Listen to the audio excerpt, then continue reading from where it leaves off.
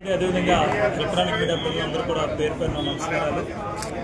కూటమి ప్రభుత్వం అధికారంలో రాగానే గౌరవ ముఖ్యమంత్రి వర్యులు శ్రీ నారా చంద్రబాబు నాయుడు గారు ఆలోచన విధానంతో సూచనలతో సలహాలతో పిఎంఆర్డీఏ పరిధిలో అన్ని నియోజకవర్గాలు కూడా ఈరోజు అభివృద్ధి చేస్తూ అదేవిధంగా అన్ని నియోజకవర్గాల్లో కూడా పార్కులు డెవలప్ చేస్తూ ఏది మౌలిక సదుపాయాలు కానివ్వండి, రహదారుల నిర్మాణం కానివ్వండి, అనేక అభివృద్ధి కార్యక్రమాలు చేయడం జరుగుతుంది.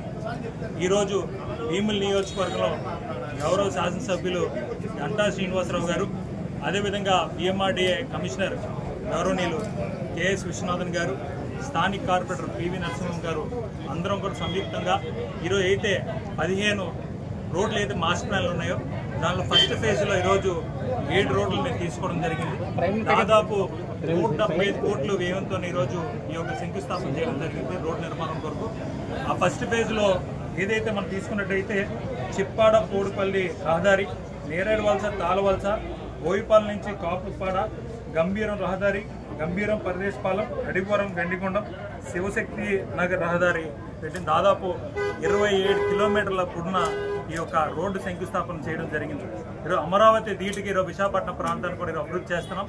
ఏదైతే ఫస్ట్ ఫేజ్ రోడ్లు పెట్టామో ముఖ్యంగా భోగాపురం ఎయిర్పోర్ట్ గురించి ఒక రోడ్డు నిర్మాణం చేయడం జరుగుతుంది. ఏదైతే హైవే ఉందో ట్రాఫిక్ ఏదైతే ఇబ్బంది ఎక్కువ ఉంటుందో దాన్ని ఈరోజు ఏదైతే ప్రయాణికులు రానున్న రోజుల్లో జూన్ నాటికల్లా భోగాపురం ఎయిర్పోర్ట్ పూర్తవుతుంది కాబట్టి జూన్ నాటికల్లా మేము కూడా రోడ్లు కూడా సిద్ధం చేస్తాము. ప్రయాణికులు సులువుగా భోగాపురం ఎయిర్పోర్ట్కి చేరుకునే విధంగా ఏదైతే ఒక రోడ్లు ఉంటాయో త్వరలో కూడా ప్రజలకు అందుబాటులో తీసుకొస్తాం.